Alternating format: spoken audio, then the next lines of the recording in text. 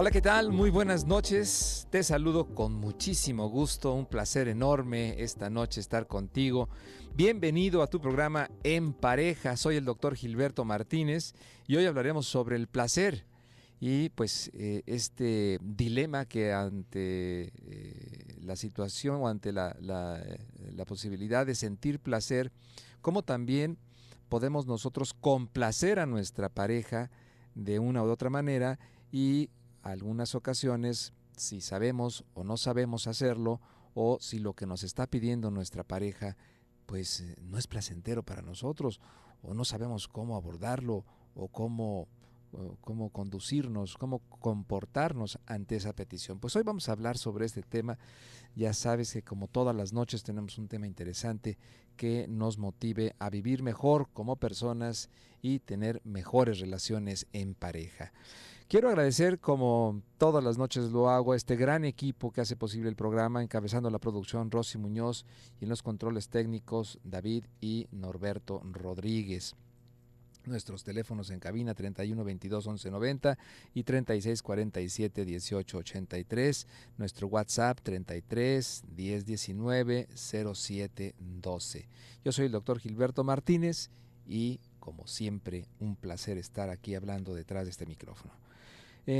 Quiero también agradecer su presencia en el programa a un gran amigo, ya colaborador del programa, Javier Sánchez, psicoterapeuta, psicoanalista. Javier, muy buenas noches, ¿cómo estás? Buenas noches, Gilberto, muy bien, muchas gracias por la invitación nuevamente a tu programa. Gracias por estar aquí, por cedernos tu tiempo y tu conocimiento, Javier.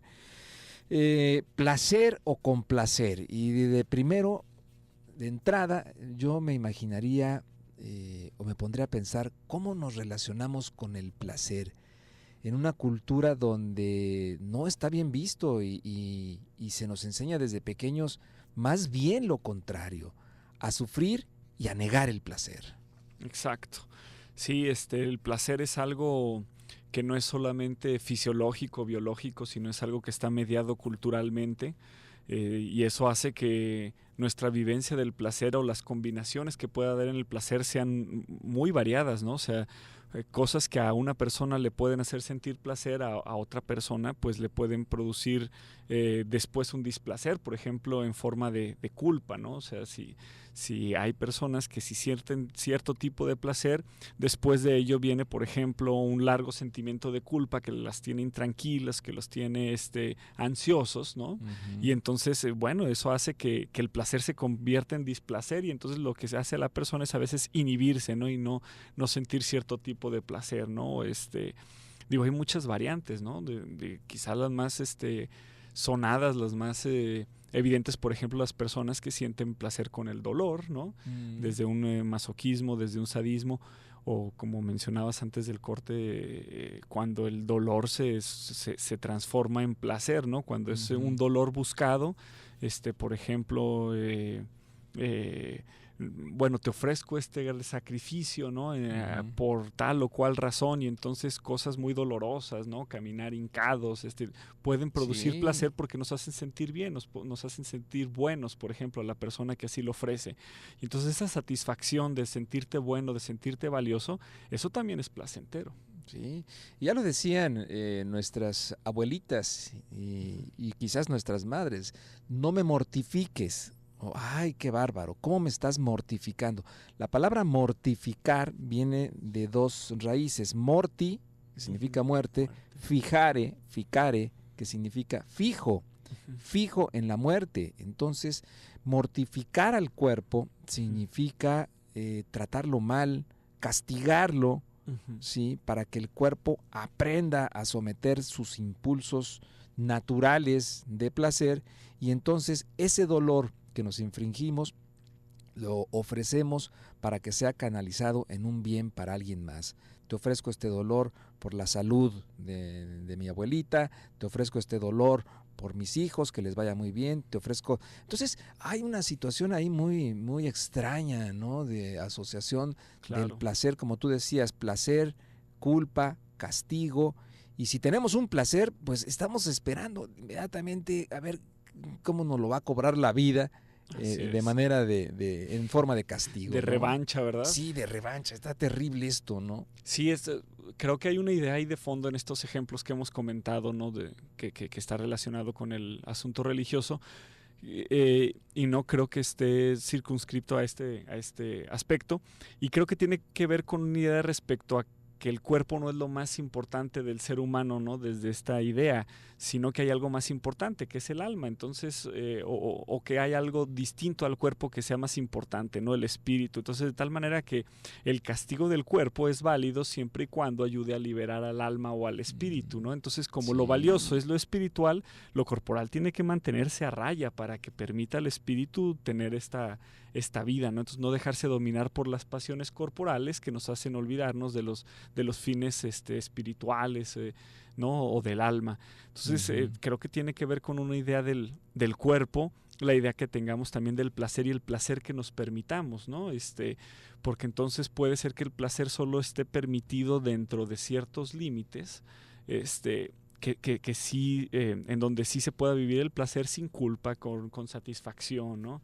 Y eso es interesante, por eso decimos que el placer está mediado culturalmente, ¿no? Dependiendo de estas reglas internas que podamos tener, ¿no? Sí. El caso contrario también existe, ¿no? En donde se piensa que el placer lo es todo en términos de satisfacción y entonces la persona necesita el placer para defenderse del dolor del mundo, ¿no? Por ejemplo, una persona que se vuelve adicta a alguna sustancia que le produce mucho placer y se entrega esa sustancia una y otra vez en un placer que va a ser pues que va a ser muy corto temporalmente, pero que le sirve para evitar el dolor que está viviendo en su vida. Entonces, en vez de afrontar el dolor, el placer ahí se vive de un modo como una evasión, una negación del dolor que tenemos que trabajar, ¿no? Que nos dice que hay algo que modificar en nuestra vida. Uh-huh. Y bueno, tú ahorita lo mencionaste de una manera muy, muy interesante, cómo nuestra cultura nos ha enseñado a separar cuerpo y alma. Así es. Y de alguna manera muchas personas ven al alma atrapada en un cuerpo, en un cuerpo mundano, ¿no? Hasta dicen por ahí el dicho, cuídate de salvar el alma porque el cuerpo se lo comerán los gusanos. Ande pues. No, sí, esa terrible. idea viene desde los griegos, pues es platónica, ¿no? Esta idea de que el cuerpo es la cárcel del alma. Entonces, esta idea platónica que divide alma y cuerpo, siendo el alma lo realmente valioso y el cuerpo aquello que es simplemente pasajero, la retoman después el cristianismo y en algunos ejercicios de ascesis, los monjes medievales, por ejemplo, castigaban al cuerpo, ¿no? Con los azotes, con los cilicios, todo este rollo. Con el disciplinarium. Exacto. Que era exactamente como pues un elemento de tortura que era para azotarse. Exacto. Por eso cuando dicen educa a tus hijos con disciplina, pues es educarlos con azotes. Solamente que no sabemos lo que estamos diciendo. Desde esa perspectiva, sí. Y bueno, esto era para liberar al alma. O sea, la idea era, pues yo castigo a mi cuerpo porque mi cuerpo me está distrayendo con deseos sexuales o con deseos de cualquier tipo.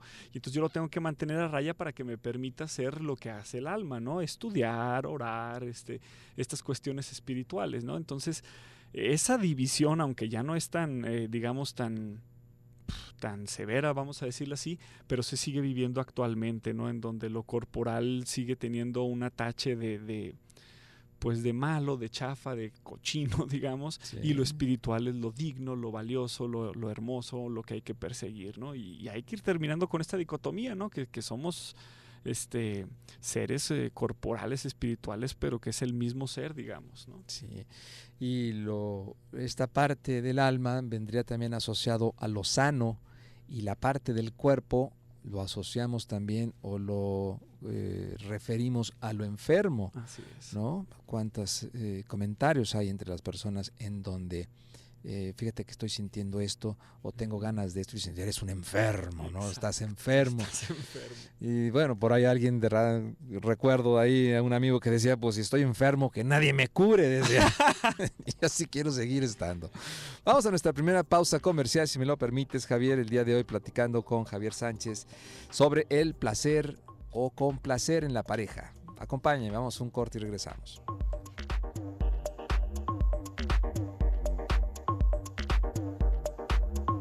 En pareja. Seguimos en pareja en el 1040 Radio Mujer.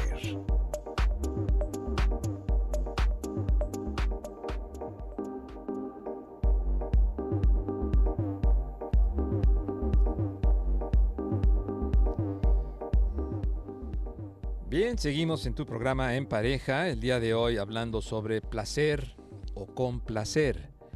Siento placer o también me importa, me interesa, me involucro en complacer a mi pareja. Hoy hablando con Javier Sánchez, psicoterapeuta, psicoanalista, sobre pues una reflexión respecto a la forma en la que vivimos o hemos aprendido a relacionarnos con el placer. Y ya comentábamos en el primer corte, en el primer bloque, que nuestra cultura nos ha enseñado casi prácticamente a rehuir el placer porque lo asociamos con el cuerpo, con algo mundano, con algo que no tiene estos beneficios más espirituales. Lo que sí es una realidad, el cuerpo está hecho para sentir placer. Uh-huh. ¿Y hasta dónde, claro. Hasta dónde, Javier, sería sano sentir placer? Qué buena pregunta, ¿no? ¿Dónde está la línea o quién dicta lo sano o lo normal? Fíjate que recuerdo que en los escritos, por ejemplo, de Sigmund Freud, cuando él se preguntaba un poco respecto a la sexualidad sana, ¿no? Y la sexualidad perversa, pues hacía una reflexión respecto a que se ha entendido que estamos hablando de su época, estamos hablando de 1900, ¿no? En su modo muy victoriano de ver la sexualidad, que la sexualidad, digamos, era sana siempre y cuando, o sea, fuera encaminada hacia su fin, ¿no? Él decía que en su época así se pensaba, a su fin entendido como reproducción. Entonces, todo aquello que llevara a la reproducción, todo ese placer que se guiara hacia allá, pues iba a ser sano, y lo que se desviara, digamos, del fin, ¿no? Del objeto, iba a ser como perverso. Pero lo que él decía es, pues si así lo consideramos, entonces más bien la regla es que seamos perversos y la excepción es la norma. Es decir, el disfrute, por ejemplo, en términos sexual, tiene tantas variantes que entonces hay tantas perversiones y solo hay una manera correcta de vivir la sexualidad. Dice, esto debe ser un poco más complejo, hay que estudiarlo un poquito con más calma, ¿no? Y entonces es la misma pregunta que nos hacemos, o sea, ¿hasta dónde es normal, hasta dónde no lo es? Entonces, creo que hay algunos parámetros que nos pueden ayudar, ¿no? Ahora que, por ejemplo, desde los años 60 con los anticonceptivos, creo que la sexualidad tuvo un distanciamiento respecto a la cuestión de la reproducción, es decir, puede haber una práctica sexual dirigida a la reproducción, pero puede haber una práctica, digamos, erótica que no esté relacionada propiamente con la reproducción, y eso pues porque ya se cuentan con un montón de anticonceptivos, ¿no? Entonces, creo yo que podemos encontrar algunos referentes, por ejemplo, en la misma relación con la pareja, es decir, con la persona con la que estamos disfrutando la sexualidad. Si ambas personas están de acuerdo en hacerse sentir placer de algún modo, entonces quiere decir que se están respetando y que ambas personas están gozando. Entonces, en el consenso yo veo un referente de salud, por ejemplo, ¿no? Si una persona está sufriendo y la otra lo está gozando, sin consentimiento, pues entonces pues, prácticamente eso es un abuso sexual, ¿no? Claro. Entonces, eso es una cuestión importante. Otra cuestión importante es, por ejemplo, qué papel toma la sexualidad, digamos, o el placer en nuestra vida diaria, es decir, si se vuelve absorbente, si nos resta de nuestras relaciones sociales, si nos impide elaborar, si nos impide vincularnos con los demás, entonces sí puede haber un problema, ¿no? Que nos estemos centrando demasiado en la búsqueda del placer, ¿no? Que es lo que vemos, por ejemplo, en las adicciones, en las adicciones de cualquier tipo. Pero si el placer que buscamos y lo encontramos nos permite seguir vinculándonos, nos permite seguir amando, por lo tanto, nos permite ser productivos, y nos permite estar socialmente activos, entonces pues ya esos son muy buenos referentes de que hay algo ahí saludable, hay algo bueno, ¿no?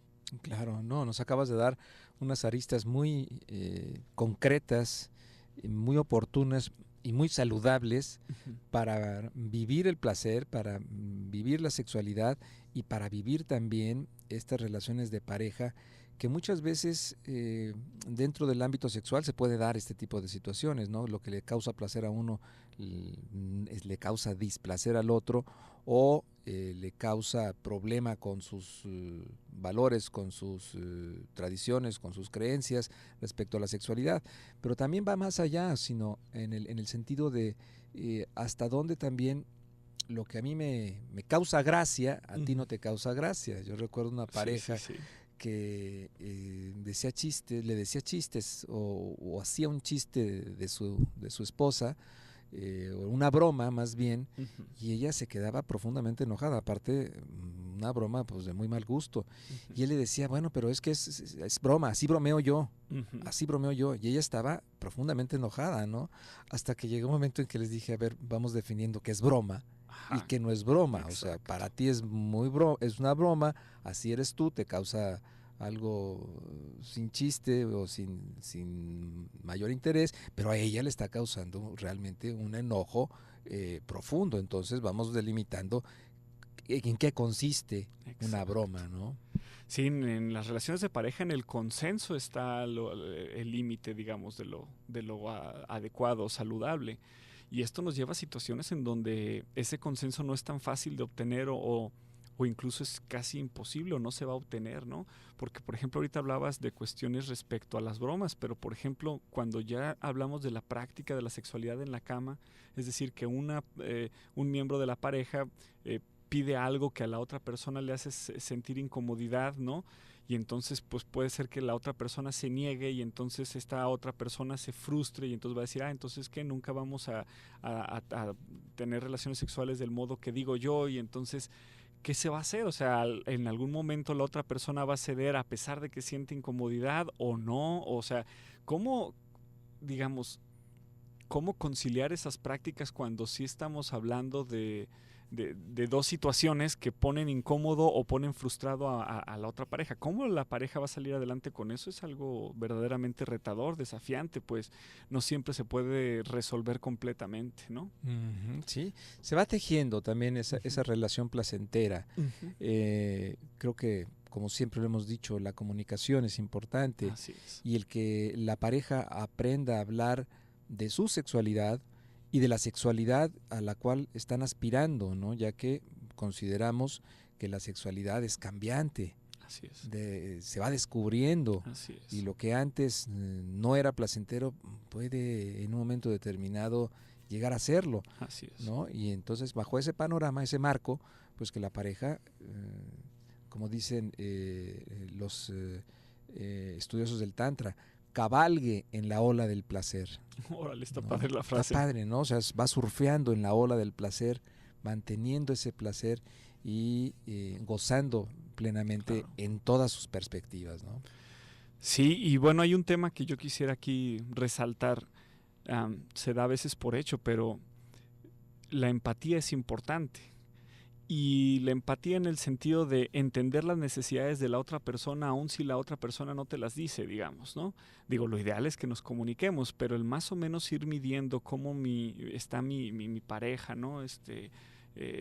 Bueno, eso es una capacidad que no todas las personas tienen desarrolladas. O sea, damos por hecho que todos tenemos una cierta mínima capacidad de empatía, pero no es así, no todas las personas tienen una capacidad de empatía. Entonces, existe la posibilidad de que una persona pueda buscar sentir el placer y le importe un comino que la persona de enfrente lo sienta o no. Y no solo es porque sea una mala persona o algo por el estilo, sino porque no tiene una capacidad de empatía. O sea, no tiene la necesidad de buscar que la otra persona sienta placer. Es decir, tiene la necesidad de sentir placer, pero no la de complacer. Lo ideal es que no fuera placer o complacer, sino que fuera placer y complacer. Que complacer produjera placer. Pero no todas las personas tienen esta capacidad. O sea, la empatía no es algo gratuito y que se tenga en todos los lugares. Y esto es importante, pues. Eso es valioso que se distinga, ¿no? O sea, que una persona puede decir me cuesta la empatía o que diga mi pareja le cuesta la empatía, ¿no?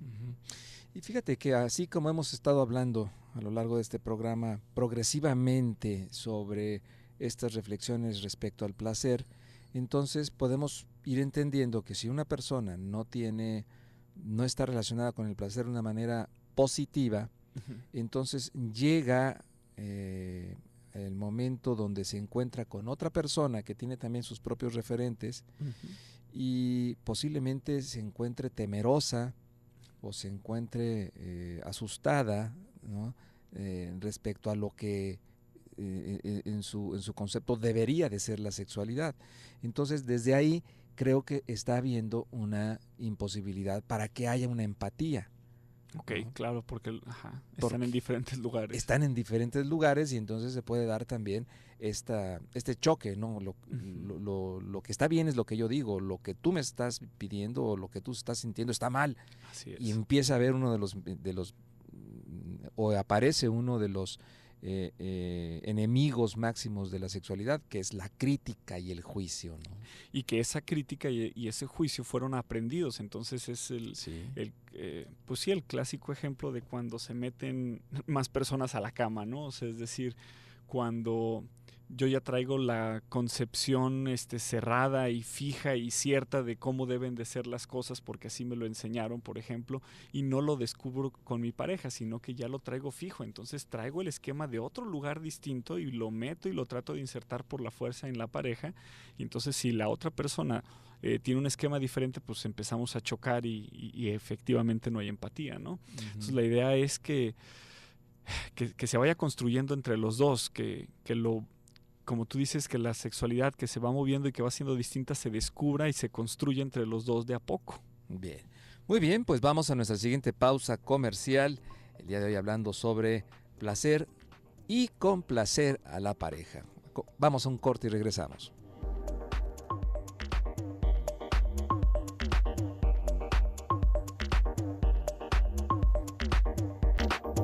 Vive la vida en pareja. Continuamos en el 1040, Radio Mujer.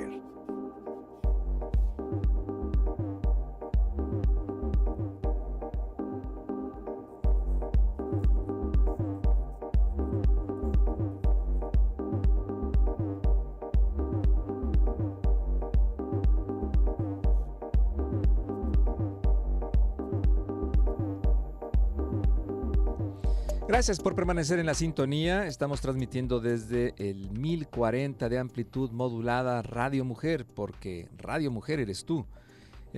Yo soy el doctor Gilberto Martínez, el día de hoy platicando con Javier Sánchez, psicoanalista, sobre el placer y complacer a la pareja.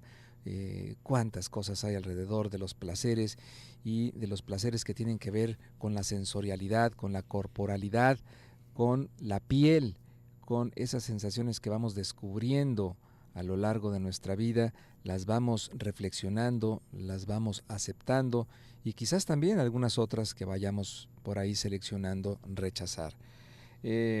Javier, entonces estamos hablando de que, o estamos en el entendido, estamos entendiendo que la sexualidad se va construyendo entre los dos, se va tejiendo, se va haciendo este tejido, en donde hay ideas, creencias, sensaciones, emociones.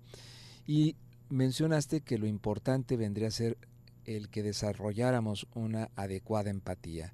¿Cómo se puede desarrollar una empatía adecuada en la pareja? Sí, bueno, la comunicación, como decías, es muy importante respecto a que, es decir, si la pareja se acostumbra a expresar sus necesidades, entonces así la otra persona va a ir conociendo más a su pareja y entonces poco a poco se va gestando esta posibilidad de que al ir conociendo a tu pareja puedas anticipar algunas de las necesidades, pero para ello necesitas tener un buen conocimiento de la pareja. Ahora, se piensa a veces que la empatía es algo natural, ¿no? Como si fuera parte de una especie de personalidad innata, ¿no? Fulano es alegre, fulana es empática, ¿no? Sí puede haber una disposición, no sé si innata, pero sí digamos que se gestó debido a que tuvo una infancia en donde sus necesidades fueron satisfechas, de tal modo que la persona puede también voltear a ver las necesidades de las otras personas, sabiendo que sus necesidades ya están satisfechas. Pero no todas las personas lo tienen así. Entonces, la empatía es algo que también se puede trabajar, es una herramienta, ¿no? Hay un teórico psicoanalista que se llama Heinz Kohut, que hizo una propuesta que se llama la psicología del self, y que él utiliza la empatía como herramienta de trabajo, en donde dice: aquí yo voy a entender la empatía como tratar de captar las necesidades del otro aun cuando no me lo diga. Y eso implica tratar de pensar o de darte cuenta cómo piensa la otra persona, cómo se maneja, ¿no? Cuando me dice algo la otra persona, ¿por qué lo está diciendo? ¿Qué está sintiendo cuando lo dice? ¿Qué quiere expresar? ¿Qué necesidad hay detrás de eso? Si partimos de que todos realizamos acciones porque necesitamos hacerlas, por alguna razón hay que tratar de detectar esa necesidad. Pero eso implica pensar en el otro, o sea, no solo reaccionar ante un reclamo, reaccionar ante una petición, sino realmente dedicar tiempo para pensar en el otro. Y para tratar de sentir como el otro, que eso sería todavía más difícil. No se puede sentir como el otro, pero sí se pueden hacer hipótesis respecto a cómo se está sintiendo la otra persona, ¿no? Pero eso requiere, como te digo, tratar de pensar en el otro y también tratar de pensar cómo piensa el otro, ¿no? Y entonces ahí entra la comunicación, ¿no? Yo puedo imaginar que te sientes de tal manera o que estás teniendo esta necesidad, pero puede ser incorrecto. Entonces, ¿qué es lo que hago? Formulo una hipótesis, te la comunico para ver si es acertada y entonces voy afinando cada vez mi empatía. Entonces necesito darme tiempo para pensar en la otra persona, para tratar de hacer una hipótesis de cómo piensa y cómo siente la otra persona y después comunicarlo para entonces ir afinando esa capacidad. Es un ejercicio continuo. Por ejemplo, en terapia es lo que tenemos que estar haciendo todo el tiempo. Uno como terapeuta está escuchando a la otra persona y al mismo tiempo se está preguntando, bueno, al decirme esto en realidad, ¿qué es lo que está necesitando? Viene aquí porque me dice que quiere esto, pero ¿cuál es su necesidad? ¿Cómo se está sintiendo? Y entonces uno como terapeuta le dice a la otra persona: yo veo que tú estás necesitando esto y al decirme esto pienso que lo que está pasando contigo es esto, ¿es así? Y entonces empieza a haber un diálogo empático, ¿no? Sí, porque muchas veces no es tan fácil pensar, sentir, recordar, articularlo en un acto comunicado. Sí, es dificilísimo. Entonces es muy oportuno el que nos comentes el que la comunicación en la pareja pues se va tejiendo, se va dando en una ida y vuelta, ¿no? Es como ese lenguaje que lo podemos comparar con un baile, ¿no? Así es. Está bailando la pareja en un sinfín de significados y que la comunicación precisamente pues tiene ese objetivo, el hecho de bajar los concretos y entender si realmente estamos volteando a ver hacia el mismo lado, ¿no? Así es. Y quizá algunas radioescuchas puedan decir: oye, ¿y cómo le hago para que mi pareja sea empática? Si yo me estoy dando cuenta que el problema no soy yo, sino que pues ella o él no está siendo empático, ¿no? ¿Qué hago para que la otra persona sea empática? O sea, que ahí es un mecanismo normal que normalmente hacemos, que es desplazar el problema a la otra persona. Entonces, si algún radioescucha nos está escuchando, quizás se pueda sentir tentado o tentada a desplazar el problema hacia su pareja y decir: bueno, ¿y cómo le hago para que ella o él sean empáticos, ¿no? Y no hay algo que ustedes puedan hacer para hacer que su pareja sea empático. Lo que a ustedes les toca es establecer límites respecto hasta dónde la otra persona puede entrar. Por ejemplo, si hay agresiones de la otra persona o si no están siendo empáticas, uno tiene que tener la capacidad de poner límites para ir diciéndole y expresándole a la otra persona qué es lo que sí vas a admitir, qué es lo que estás necesitando, ¿no? Y entonces frente a la pareja uno establece comunicación, uno establece límites. Esas son las dos cosas muy importantes: mucha comunicación, muchos límites. Y después también nosotros ser empáticos, es decir, tratar de entender a la otra persona y darnos cuenta que digamos, ser autocríticos y darnos cuenta si realmente estamos siendo empáticos o también podemos trabajar en ello. Sí, se va construyendo ese sistema relacional. Así es. Y bueno, no solamente echacarle al otro lo que nosotros podemos hacer o que lo que nosotros queremos hacer. ¿Qué pasa cuando esta situación llega a un punto donde no existe? Bueno, estamos ante una crisis de pareja, ¿no? Así es, ¿no? Cuando parece que hay un punto muerto y no nos movemos para ningún lado. Ajá. Y como hemos dicho, cuando lleguemos a esos puntos o incluso antes, pues siempre es una buena idea encontrar apoyo profesional, ¿no? Encontrar a alguien que nos saque del embotamiento en donde estamos, porque a veces las parejas ya no quieren salir del problema, ya no quieren construirse, lo único que quieren es defender la propia postura. Y cuando los dos quieren defender la propia postura, no hay movimiento, ¿no? y la pareja necesita moverse, como tú dices, necesita bailar, ¿no? Y más cuando hablamos de términos de placer, ¿no? Porque eso se tiene que estar moviendo continuamente. O sea, si no se mueve, por ejemplo, la sexualidad queda petrificada, ¿no? Y ahí vemos, como decíamos cuando me preguntabas qué es lo sano en la sexualidad y qué no, y te comentaba que una parte importante es el consenso en la pareja. Por ejemplo, puede ser que ahí el hombre se esté erotizando con imágenes de mujeres desnudas, por ejemplo, o que eso no tendría que ser algo malo en sí mismo, pero cuando esa erotización lo lleva a aislarse y entonces ya no necesita de la esposa porque pues tiene ahí sus imágenes de sus mujeres desnudas, entonces ahí sí está yendo en detrimento de la relación de pareja. Entonces pues tiene a la esposa allá arriba en el cuarto encerrada mientras él se erotiza solo, que como digo no tiene nada de malo, puede ser algo bastante bueno, pero deviene en una dificultad, en un problema cuando se está excluyendo entonces a la pareja, ¿no? Entonces ahí sí hay una bronca, y como les digo, si no se mueve la sexualidad en la pareja, se fosiliza, se estanca, y entonces cada miembro de la pareja va a buscar satisfacer esa necesidad de placer pues como pueda, ¿no? Sí. ¿Y cuánta empatía nos hace falta a los hombres? Digo, creo que hombres, mujeres, estamos construyendo de los dos, por ambas partes, de los dos lados. Yo quisiera referirme en este sentido a la empatía que nos hace falta desarrollar a los hombres para entender y conectarnos con la erótica femenina. Sí. Porque pareciera ser que nuestro sistema patriarcal, machista, parte de la base en la que el hombre es el que tiene la razón, y de ahí nace todo lo demás. Y todo lo demás me refiero a la creencia de que la mujer viene a ser alguien muy parecido al hombre, cuando en realidad la mujer tiene también otra forma de vivir, de sentir y de experimentar la sexualidad. No ocupa más tiempo, no porque sea más tardada, sino yo creo que ocupa más tiempo porque tiene un nivel y un proceso de excitación de mucha mayor calidad que el hombre. El hombre aprendemos a vivir nuestra sexualidad de una manera práctica, de una manera competitiva y muy, muy genitalista, ¿no? Muy enfocado a la genitalidad.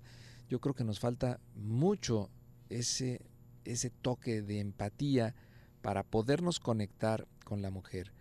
¿Qué tanto o qué tan importante es, Javier, consideras tú que es importante el que para desarrollar esa empatía con la mujer, los hombres necesitemos también tener en cuenta aprender de la mujer y no solamente nosotros enseñarle a la mujer? Sí, completamente, porque es más complejo, digamos, como lo vive la mujer desde la perspectiva del varón, lo podríamos ver así, ¿no? Tienes razón, a veces el varón vive la sexualidad de modo más simplista, más directo, ¿no? La excitación es más rápida, la llegada al orgasmo es más rápida, y tantán, ¿no? Y la mujer requiere una cuestión, por ejemplo, de tiempo, requiere otro tipo de cuestiones que a veces es difícil para el hombre comprender. Entonces generar esa empatía implica como bien dices, estar medianamente informado, pero lo más importante es escuchar a la pareja, ¿no? Para eso también la mujer tiene que tener esta iniciativa, digamos, de también hablar de ella misma, de cómo se siente, de poder externar. Eso habla de una relación de pareja sana, pero sí, el hombre tiene que aprender de la mujer, tiene que darle pauta, que tenga la iniciativa para conocer, para ver cómo vive la sexualidad, ¿no? Bien. Vamos a nuestra última pausa comercial, si me lo permites, Javier. Seguimos platicando aquí en Pareja, hablando sobre el placer y el complacer. Vamos a un corte y regresamos.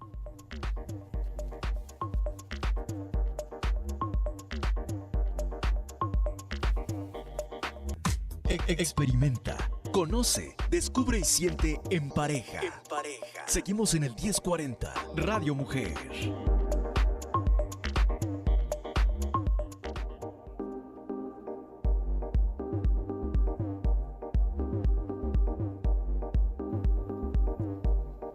Bien, seguimos ya en la parte final de tu programa el día de hoy en Pareja, hablando sobre placer y complacer. Y para complacer a la pareja necesitamos estar conectados, aprender a sintonizarnos, quizás en un esquema en donde sea nuevo para nosotros. De ahí la importancia que el hombre vea en la mujer también un ser en el cual puede aprender, y la mujer se vea a sí misma como la poseedora de pues estos secretos, ¿no? Dicho por los taoístas, de estos secretos ocultos, en donde no eran revelados al público más que en altas esferas de la jerarquía china. Entonces, que la mujer se vea también poseedora de ese poder, de ese erotismo, de esa singularidad, que no tiene que ver con que sea un hombre deficiente o que la mujer se tenga que acoplar a los tiempos, a los momentos, a los sentires del hombre. Ahora, a lo mejor causa temor en algunos hombres cuando se les dice: aprende a sentir como mujer. Uy.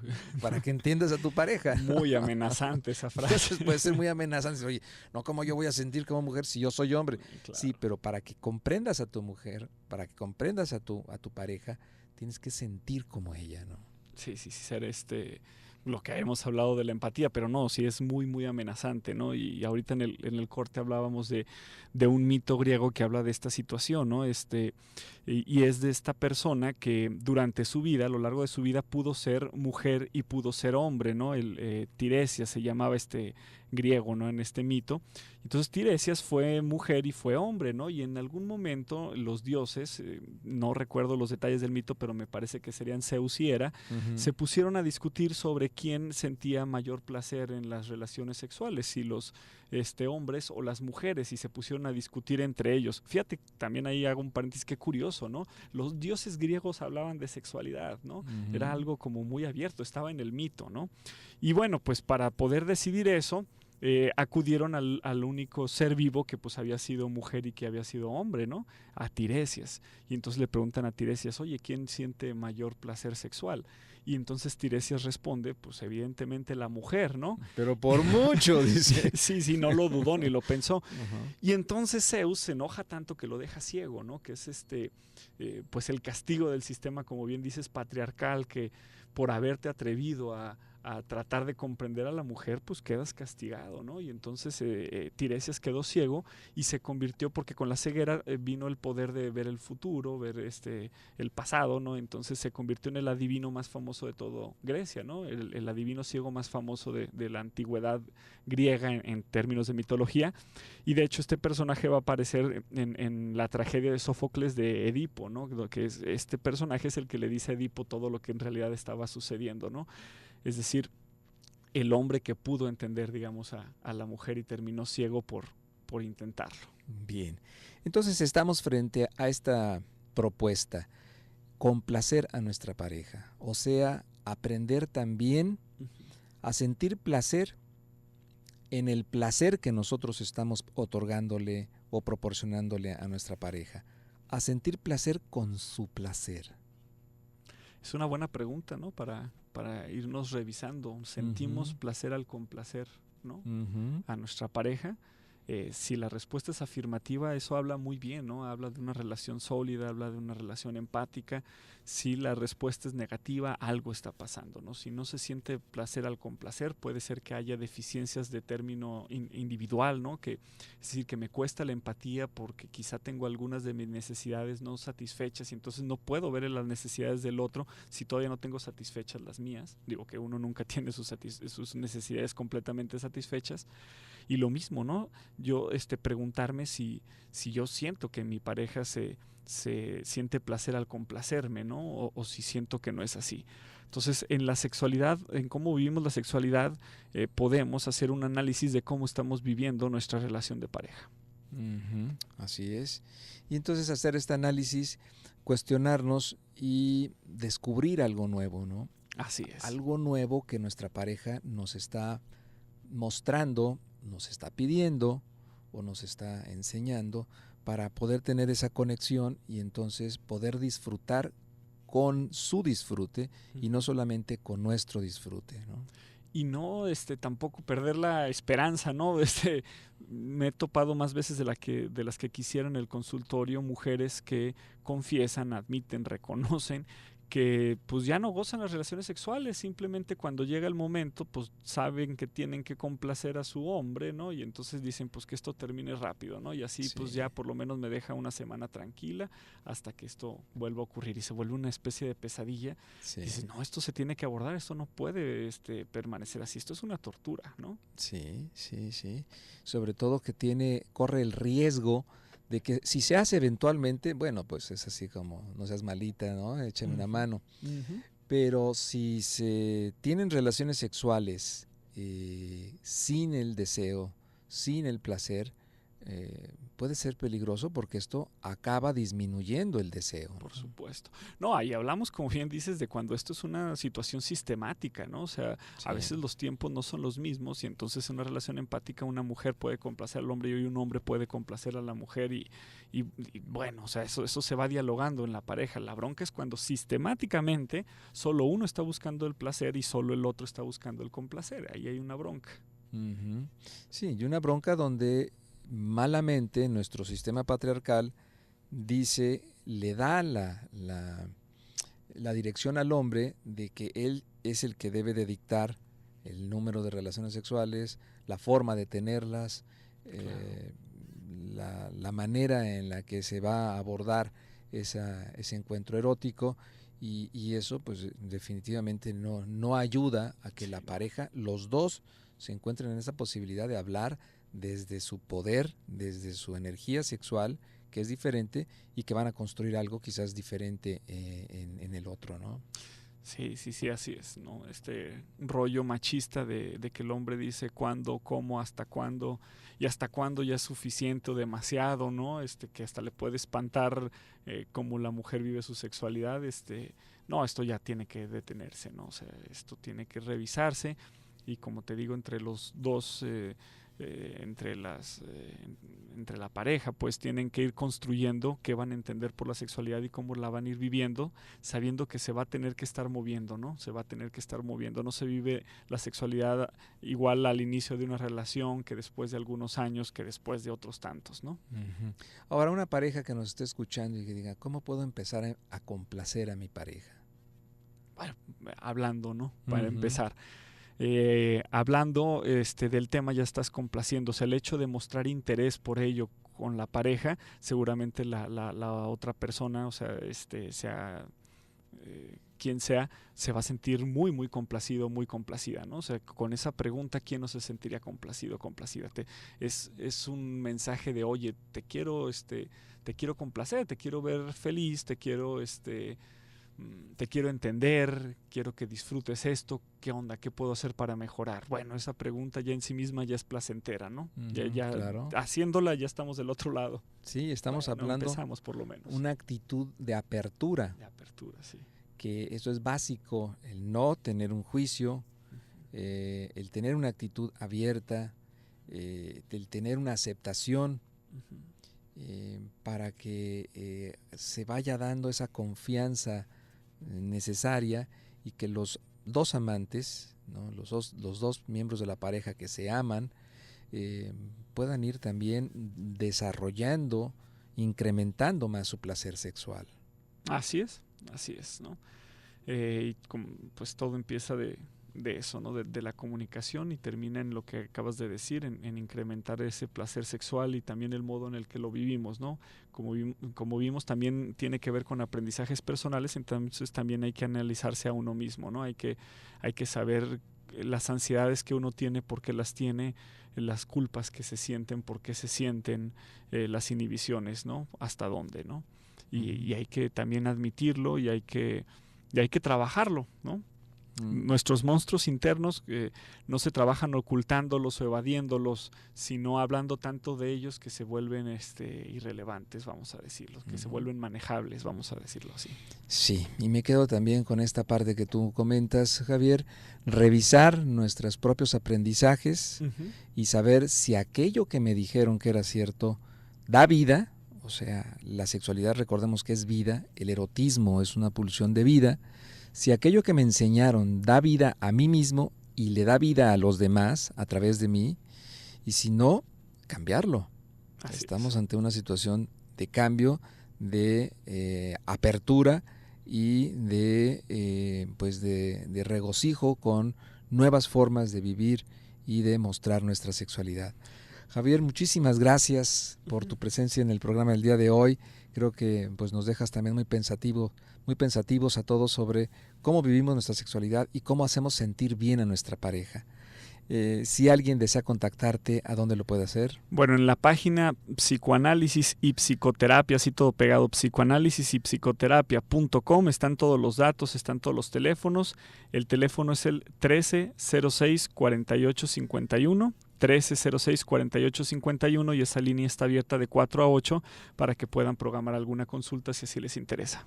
Muy bien, pues muchísimas gracias, Javier. Gracias a ti, saludos a toda tu audiencia, tu auditorio, ¿no? Gracias, que tengas un excelente fin de semana. Ándale, igualmente, saludos a todos. Gracias a usted por su atención. Yo soy el doctor Gilberto Martínez. Si desea una cita conmigo, lo puede hacer marcando al 333-441-5667. Lo repito, 333-441-5667. Por su atención, muchas gracias. Que pase buenas noches.